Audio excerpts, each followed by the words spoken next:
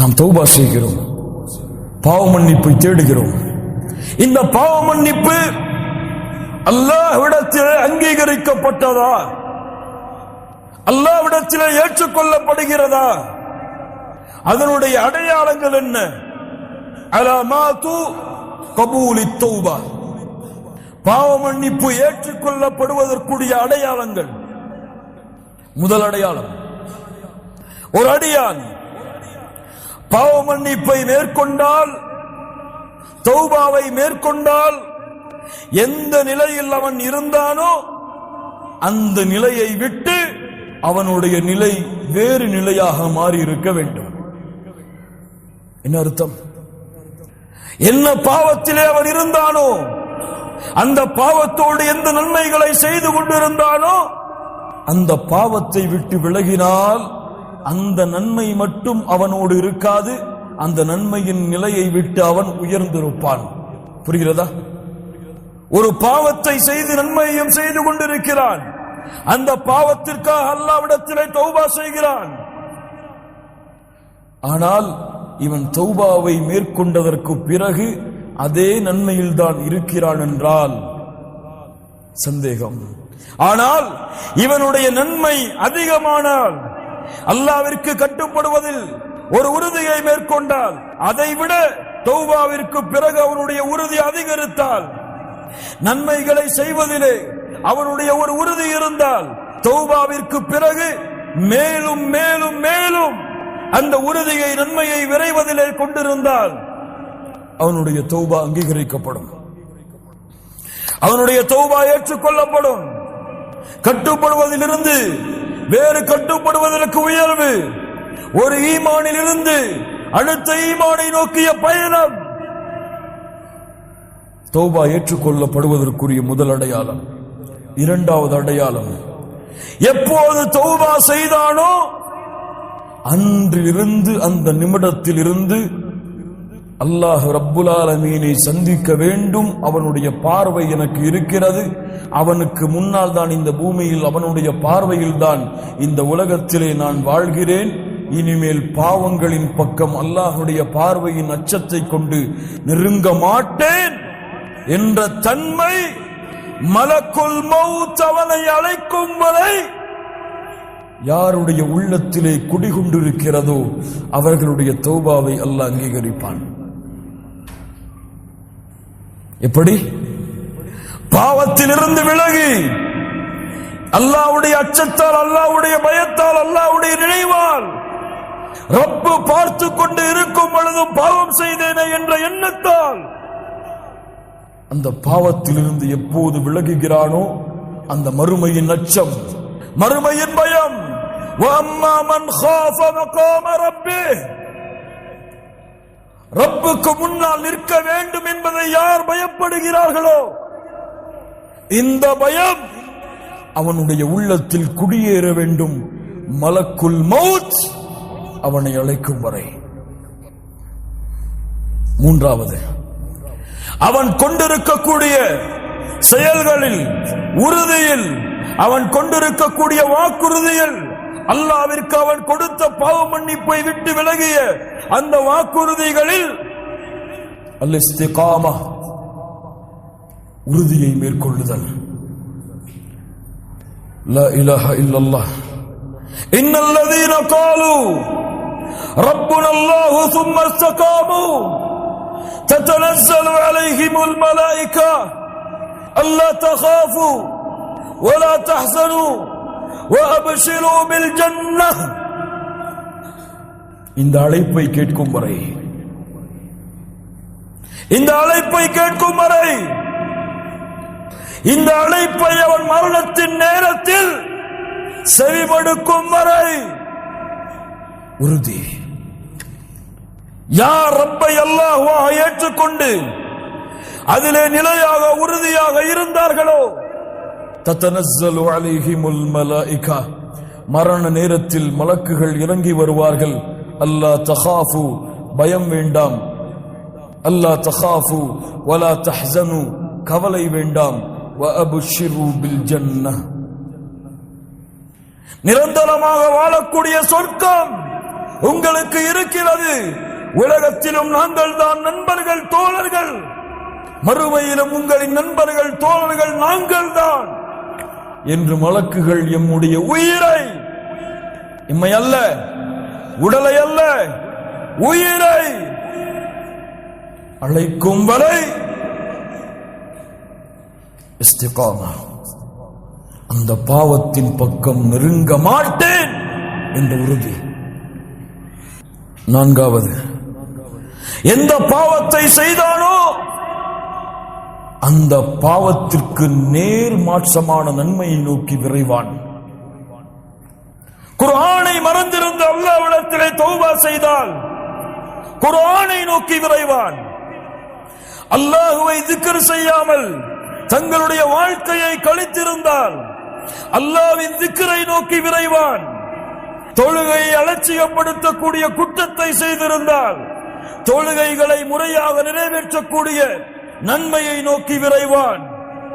அசிங்கங்களை, குற்றங்களை, ஆசாபாசங்களை உள்ளத்தாலும் செவியாலும் கேட்கக்கூடிய பழக்கத்தை கொண்டிருந்தால் நன்மைகளை, அல்லாஹ் ரப்புல் ஆலமீனுடைய கலாமை, அல்லாஹ் ரப்புல் ஆலமீன் அருள் புரிந்திய கூட்டத்தை, அவர்களோடு அமர்வதை, அவர்களுடைய வார்த்தைகளை கேட்பதை, குர்ஆனுடைய வசனத்தை கேட்பதிலே இன்பம் காண்பான். அசிங்கமான செயல்களை, அசிங்கமான காட்சிகளை, அசிங்கமான வார்த்தைகளை கேட்பதில் இன்பம் கண்டவன் தௌபா செய்தால் ரப்புக்கு முன்னால் நிற்பதில், அல்லாஹ் ரப்புல் ஆலமீனுடைய கிதாபை, புத்தகத்தை படிப்பதில், அல்லாஹுவை திக்ர் செய்வதில், அல்லாஹ் ரப்புல் ஆலமீனுடைய வார்த்தைகளை கேட்பதில் இன்பத்தை நோக்கி விரைவான். மாற்றம் இல்லாமல் தௌபா ஏற்றுக்கொள்ளப்படாது. மாற்றம் இருந்தால் தான் தௌபா அங்கீகரிக்கப்பட்டதின் அடையாளம். உதாரணம், 99 கொலை செய்தான் ஒரு மனிதன். தெரிந்ததுதான், மீண்டும் கேளுங்கள் ஈமானை புதுப்பிப்பதற்காக. 99 கொலை செய்தான். தேடினான். ஃபஹல்லஹு மின் தௌபா, கேட்டான், இவருக்காக மன்னிப்பு இருக்கிறதா என்று கேளுங்கள். ஓடினான். அறிஞர் யாராவது இருக்கிறாரா கேட்டான். அறிஞரை, மன்னிப்பு உண்டா? 99 கொலைகளா? மன்னிப்பு கிடையாது உனக்கு. கோபத்தில் அவரையும் கொலை செய்து 100 ஆக்கினான். லா இலாஹ இல்லல்லாஹ். 100 கொலை செய்ததற்கு பிறகும் உள்ளம் தட்டியது. செல் தௌபாவை நோக்கி, செல் பாவ மன்னிப்பை நோக்கி. இன்னொரு அறிஞரை கண்டறிந்தான். எனக்கு தௌபா இருக்கிறதா? ஆம், இருக்கிறது தோழரே. ஆனால் நீ இருக்கும் இடத்தை விட்டு நல்லவர்கள் வாழக்கூடிய, அல்லாஹ்வை வணங்கக்கூடிய கூட்டம் இருக்கிறது ஒரு ஊரில். அந்த ஊரை நோக்கி நீ பயணத்தை மேற்கொள். முன்னால் வாழ்ந்த நிகழ்வாக இருந்தாலும் முஹம்மது ரசூலுல்லாஹ் ஸல்லல்லாஹு அலைஹி வஸல்லம் தங்களுடைய நாவுகளால் கூறிவிட்டால் 1000 படிப்பினைகளை எழுத்துக் கொண்டே இருக்கலாம் அந்த வரலாறுகளில். செல், நீ அந்த ஊருக்கு. கிளம்புகிறான். திருந்த வேண்டும், அல்லாஹ்வை நோக்கி நெருங்க வேண்டும், என் பாவங்கள் மன்னிக்கப்பட வேண்டும் என்பதற்காக பயணத்தை மேற்கொள்கிறான். செல்லக்கூடிய வழியில் அல்லாஹ் ரப்புல் ஆலமீன் அவருடைய உயிரை கைப்பற்றுவதற்குரிய மலக்குகளை அல்லாஹ் இறக்குகிறான். நல்லவர்களின் மலக்குகளும் வருகிறார்கள், தீயவர்களின் மலக்குகளும் வருகிறார்கள். நல்ல மலக்குகள் சொல்லுகிறார்கள், இந்த உயிரை நல்ல மலக்குகளாகிய நாங்கள் தான் கைப்பற்ற வேண்டும். தீய உயிரை கைப்பற்றக்கூடிய மலக்குகள் சொல்லுகிறார்கள், நாங்கள் தான் கைப்பற்ற வேண்டும். அல்லாஹ் ரப்புல் ஆலமீன் தீர்ப்புக்காக இன்னொரு மலக்கையும் அல்லாஹ் ரப்புல் ஆலமீன் இறக்குகிறான். தீர்ப்பளிக்கிறார். என்ன தீர்ப்பு? அவர் கடந்து வந்த தூரம் அவர் அடைய இருந்த நல்லவர்களின் ஊருக்கு நெருக்கமாக இருந்தால், நல்ல மலக்குகள், நல்ல உயிரை கைப்பற்றக்கூடிய மலக்குகள் கைப்பற்றி செல்லுங்கள். பாவம் செய்யக்கூடியவர்களுடைய ஊருக்கு நெருக்கமாக இருந்தால் பாவைகளின் உயிரை கைப்பற்றக்கூடிய மலக்குகள் கைப்பற்றி செல்லுங்கள். அளந்து பார்த்தால் நல்லவர்களின் ஊருக்கு தான் அவருடைய உயிர் நெருக்கமாக இருந்தது. கைப்பற்றி நல்ல மலக்குகள் சென்றார்கள். கொஞ்சம் நில்லுங்கள், ஆனால் நடந்தது வேறு. நடந்தது வேறு. என்ன நடந்தது? உண்மையில் அவர் கடந்து சென்ற தூரம் பாவிகளின் ஊருக்கு தான் அருகாமையில் இருந்தது. நல்லவர்களின் ஊருக்கு அருகாமையில் மாற்றியவன் யார்? மாற்றியவன் யார்? மாற்றியவன் யார்? 100 கொலை செய்தானே ஏன் மாற்றினான்? 100 கொலை செய்தாலும் தன்னிடத்திலே நெருங்க வேண்டும் என்று எண்ணம் கொண்டு விட்டால் அல்லாஹ் அவனுடைய அருளால் அவனை அணைக்காமல் நெருக்காமல் இருக்க மாட்டான். பூமிக்கு அல்லாஹ் கட்டளையிட்டான், பூமியே உன் அளவை குறைத்துக்கொள், பூமியே உன் அளவை நீட்டிக்கொள். சுப்ஹானல்லாஹ். அல்லாஹ்வின் அருளை புரியுங்கள் கண்ணியத்துக்குரியவர்களே. அல்லாஹ்வுடைய அருளோடு அல்லாஹ்வுடைய அன்போடு தொழுகையில் நின்று அல்லாஹு அக்பர் என்று தக்பீர் கட்டுங்கள். உங்கள் கண்கள் கண்ணீரை வடிக்கும். ரஜுலுன் ஸக்கரல்லாஹ காலியா ஃபஃபாதத் ஐனாஹு. தனிமையிலே உட்கார்ந்து அல்லாஹ்வை நினைத்தால் கண்கள் கண்ணீரை வடிக்கும். ஏன்? அவன் சொல்லுகின்ற வார்த்தையில் அல்ல அந்த கண்ணீருடைய அர்த்தம், அவன் அந்த வார்த்தையின் மீது வைத்திருக்கக்கூடிய அன்பு, பாசம், நேசம். சுப்ஹானல்லாஹ் என்று கூறும் பொழுது அந்த ரப்பை மகத்துவப்படுத்தி அந்த ரப்புடைய உண்மையான விளக்கத்தை உள்ளத்திலே அறிவான். ஆனால் எமக்கு அல்லாஹ் அக்பர் என்று தக்பீர் கட்டுவோம், எந்த உணர்வும் இருக்காது. சமி அல்லாஹு லிமன் ஹமிதா என்று கூறுவோம், எந்த உணர்வும் இருக்காது. ஏன்? அதனுடைய அர்த்தம் கூட எமக்கு தெரியாது. சொல்லுங்கள் பார்ப்போம். சமி அல்லாஹு லிமன் ஹமிதா, இந்த வார்த்தை கூடிய அர்த்தம் எனக்கு தெரியும். கையை உயர்த்துங்கள். சோதனைக்காகத்தான் நான் கூறுகிறேன் கண்ணியத்துக்குரியவர்களை, யாரையும் குறைபடுத்துவதற்காக அல்ல, எம்மை நாமே முன்னேற்ற வேண்டும் என்ற காரணத்திற்காக கூறுகிறேன். சமி அல்லாஹு லிமன் ஹமிதா அர்த்தம் எத்தனை பேருக்கு தெரியும்? கையை உயர்த்து. எத்துணை ஆண்டுகள் தொழுகிறோம், எத்துணை தராவீஹுடைய தொழுகையை அடைந்தோம். ஆனால் கடமைக்காகத்தான் இன்னும் நம்முடைய தொழுகைகள் இருந்து கொண்டிருக்கிறது. இல்ல மஷா அல்லாஹ், அல்லாஹ்வுடைய அன்பால் அல்ல, இல்ல மஷா அல்லாஹ், அல்லாஹ்வுடைய அச்சத்தால் அல்ல. அல்லாஹ்வுடைய அன்பால் அச்சத்தால் தொழுகையில் நின்றிருந்தால் எம்முடைய முழு வாழ்க்கையும் அல்லாஹ்வுடைய அன்பால் அல்லாஹ்வுடைய அச்சத்தால் அமைந்திருக்கும். சுப்ஹானல்லாஹி ரப்பில் ஆலமீன். கண்ணியத்துக்குரியவர்களே, 6வது மிக முக்கியமாக நாம் செய்கின்ற தௌபாவெல்லாம், பாவ மன்னிப்பெல்லாம் வெளிப்படையான குற்றங்களுக்குத்தான் எம்மிலே பலர் பாவ மன்னிப்பை மேற்கொள்கிறார்கள். ஆனால் மறைவான பாவங்களுக்கு எம்மிலே குறைவானவர்கள் தான் அல்லாஹ் அருள் செய்தவர்களை தவிர பாவ மன்னிப்பை மேற்கொள்கிறார்கள். எத்துணை பேர் சோதித்து பாருங்கள், ஒரு நிமிடமாவது எம்முடைய உள்ளத்திலே பெருமை வந்திருக்காதா? அந்த பெருமைக்காக எம்மிடத்திலே யாராவது அல்லாஹ்விடத்திலே, யா அல்லாஹ் பெருமையை மேற்கொண்டேன் மன்னித்துக் கொள் என்று கேட்டிருக்கிறோமா? ஒரு நிமிடமாவது, வாழ்க்கையில் ஒரு முறையாவது எம்முடைய சகோதரர்கள் யாரையாவது தாழ்வாக பார்த்திருப்போம் எம்மை விட. எவ்வளவு கொடிய குற்றம், ஆனால் அதற்காக தௌபா செய்யவில்லை. இன்னும் உள்ளத்தால் செய்யக்கூடிய பாவங்கள் இன்னும் பல. அல்லாஹ்விடத்திலே முறையிடாமல், அல்லாஹ்விடத்திலே அந்த பாவங்களை விட்டு அல்லாஹ்வை நோக்கி திரும்பாமல் உள்ளத்தோடு புதைந்து கிடக்கிறது, எம்மை நரகத்திலே தள்ளுவதற்காக. இல்ல மஷா அல்லாஹ், அல்லாஹ் அருள் செய்தவர்களை தவிர அல்லாஹ் பாதுகாப்பானாக. சுப்ஹானல்லாஹ். தௌபா வெளிப்படையான மறைமுகமான எல்லா பாவங்களுக்கும். ஏன்?